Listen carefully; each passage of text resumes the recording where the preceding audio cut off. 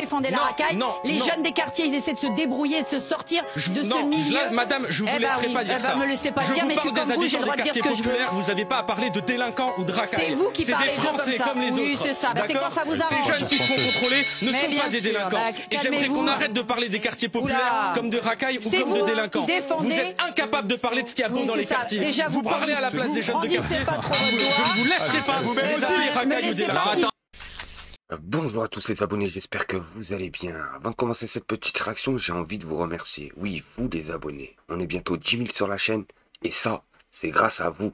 Alors sur cette première vidéo les amis, on va parler de Bernard Arnault, qui menace désormais le gouvernement de quitter la France. C'est bizarre ça. La question qu'on va se poser, pourquoi ces opportunistes veulent quitter la France? En plus de quitter la France, ils veulent délocaliser le siège de la LVMH aux États-Unis, comme Trump lui avait proposé. Et maintenant on les entend plus, ces chèvres blancs qui nous expliquaient que si on augmentait les taxes à ces millionnaires, ils risquaient de partir. Là on n'a rien fait de cela, on les a même pas encore touchés au portefeuille et ils veulent déjà se faire la malle. Et Jean-Luc Mélenchon l'avait prévenu que ces mercenaires en puissance allaient quitter la France à la moindre occasion. Bref, on regarde la vidéo et on fait une petite réaction. Sont subventionnés dans toute une série d'États et le président américain encourage ça. Le marché se développe très vite. Il n'y a qu'à prendre la nouvelle boutique que Pietro a ouverte à New York, qui est un succès incroyable. Franchement, il y a des queues de 100 mètres de long. C'est vraiment assez exceptionnel et pourtant c'est très très élitiste. Donc, quand on vient en France et qu'on voit qu'on s'apprête à augmenter les impôts de 40% sur les entreprises qui fabriquent en France, c'est quand même à peine croyable. Donc on va taxer le Made in France. Pour refroidir les énergies, on fait difficilement mieux. Pour pousser à la délocalisation, c'est idéal. Alors je ne sais pas si c'est vraiment l'objectif du gouvernement, mais en tout cas, c'est ce que je dis, s'il arrive au bout de ses plans. Ça, c'est inévitable. Alors qu'il y a d'autres solutions. On leur a proposé d'autres solutions, évidemment la bureaucratie.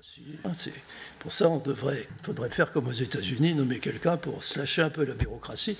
Mais dès qu'on essaye de faire ça, bon, là, on est poursuivi, c'est impossible. Voilà ce que je peux dire. Alors les taxes, là, je préfère ne pas m'exprimer. Je préfère agir tranquillement, essayer d'agir tranquillement. C'est pour vous dire que ces personnes-là s'en foutent complètement de la France et des Français en général. C'est bien la preuve. Et là, ils sont où les journalistes pour parler de ça? Il explique que parce qu'en Amérique, il a planté 2-3 magasins où ça fait la queue, tout ça justifierait qu'il se fasse la malle. Non les amis, depuis des années, ils se rincent sur les Français et l'Europe en général. Et maintenant que la France, il n'y a plus une pièce à gratter, ils commencent à partir. De toute façon, laissez-les partir, ça sent la France insoumise qui va gagner les prochains quinquennats. Et si c'est le cas, ces personnes-là, on les laissera plus gratter dans le pays, comme ils ont gratté depuis une décennie. Et sur cette deuxième vidéo, les amis, on va parler du député de la France Insoumise, Louis Boyard, qui va défendre coûte que coûte les jeunes de banlieue en expliquant aux grandes gueules que les jeunes de quartier sont des Français à part entière. Les amis, on regarde la vidéo et on fait une petite réaction.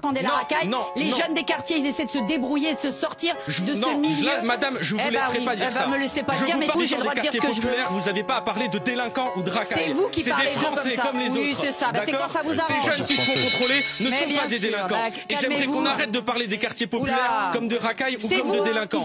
Vous êtes incapable de parler de ce qu'il y a bon dans les quartiers. Vous parlez à la place des jeunes de quartier. Je ne vous laisserai pas vous-même aussi les racailles ou délinquants. Attendez, s'il vous plaît. Je ne vous laisserai pas parler des habitants des quartiers populaires moi, je parle comme je veux et je dis que votre discours... Vous n'avez pas le droit d'insulter ces gens. Non, vous n'avez pas le droit. C'est le discours qui consiste à défendre les délinquants.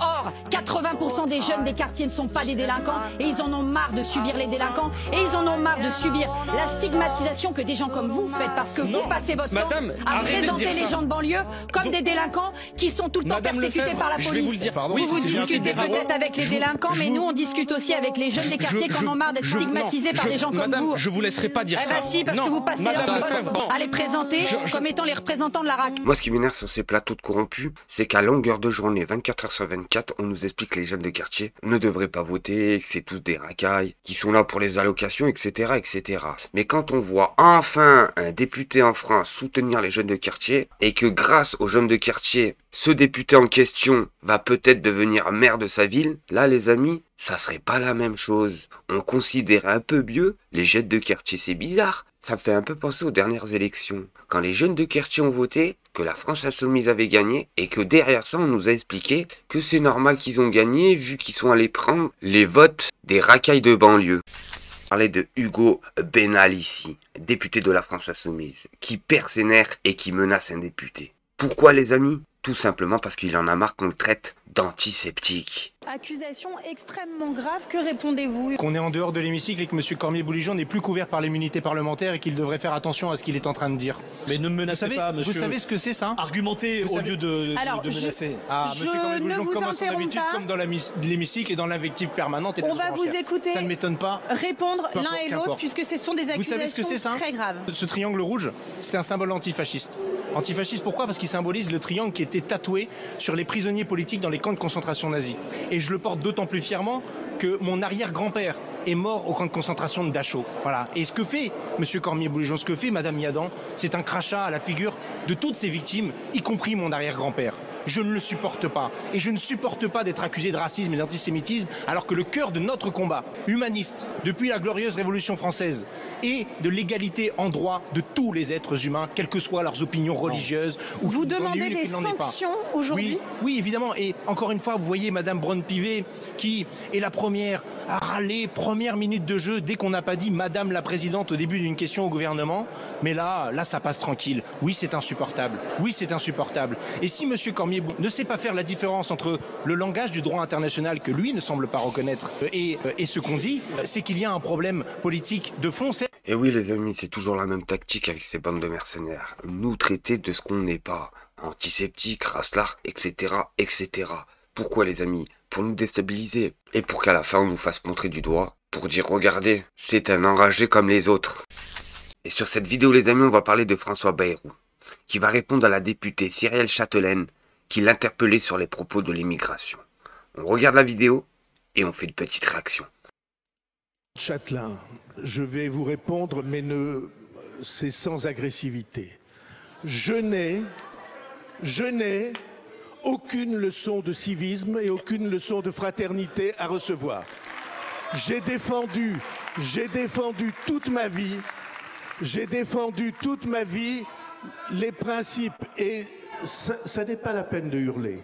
J'ai défendu, d'abord on vous entend pas, donc j'ai défendu toute ma vie les principes qui font notre nation et parmi eux le fait que des millions de Français, en effet, issus de l'immigration, ont apporté à notre pays, ont participé à sa vie, à son rayonnement et à sa grandeur. Jamais à Mayotte il y a de la submersion, excusez-moi, je parlais de Mayotte et je le maintiens. Et donc... Allez, s'il vous plaît, on laisse le Premier ministre finir sa réponse. Monsieur le Premier ministre. Ça n'est pas parce que vous hurlez, je répète qu'on ne vous entend pas. Et que donc il est inutile que vous vous égosillez. Je dis qu'il y a un grand nombre de nos compatriotes qui pensent que nous sommes incapables de faire respecter le droit qui touche au séjour illégal sur le territoire français. Il y a un grand nombre de Français qui se désespèrent de voir que les communautés sont séparées au lieu de faire un. Il y a un grand nombre de Français qui se désespèrent. Le rapport est absolument celui-là. C'est parce que nous vivons cette situation qu'un grand nombre de Français sont en situation de rejet de l'immigration. Ceux qui se retournent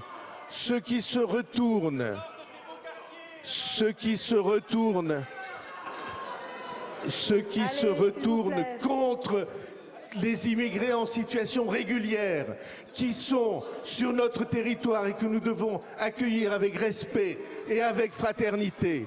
C'est parce que cette situation est ingérée que les Français la croient ingérable. Mais la priorité, c'est pas l'immigration. Ce qu'ils veulent les Français, c'est pouvoir manger, et manger à leur faim. Ce que veulent les Français, c'est pouvoir travailler, et derrière ça, pouvoir partir en vacances avec leur propre argent. Sur ce les amis, merci de m'avoir suivi. Au prochain épisode, merci à tous.